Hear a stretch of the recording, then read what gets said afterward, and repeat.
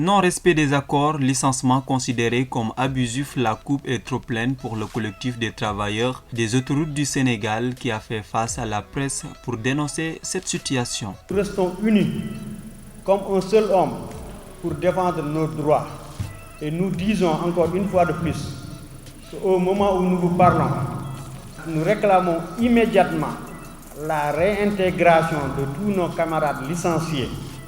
Nous réclamons aussi le paiement de tous nos droits et avantages et nous réclamons des CDI à l'ensemble du personnel qui a eu à travailler et qui est sur place. Ils réclament également une conciliation de leur procès verbal et brandissent un plan d'action.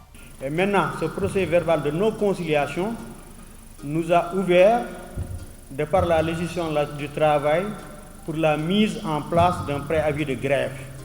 Et ce préavis, nous l'avons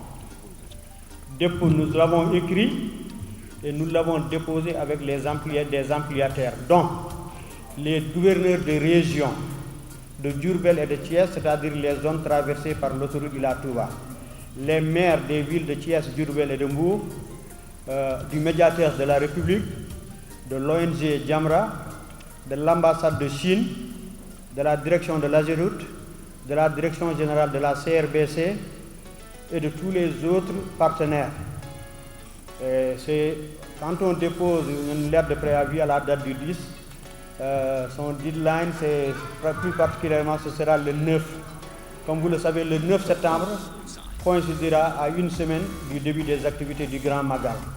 Et là, nous nous gardons de la suite à donner par rapport à ça, si toutefois rien ne bouge. Pour rappel, des entreprises comme la CRDC, l'Ageroute et Tara sont dans le rigueur de ces travailleurs qui ne réclament que le respect de leurs droits.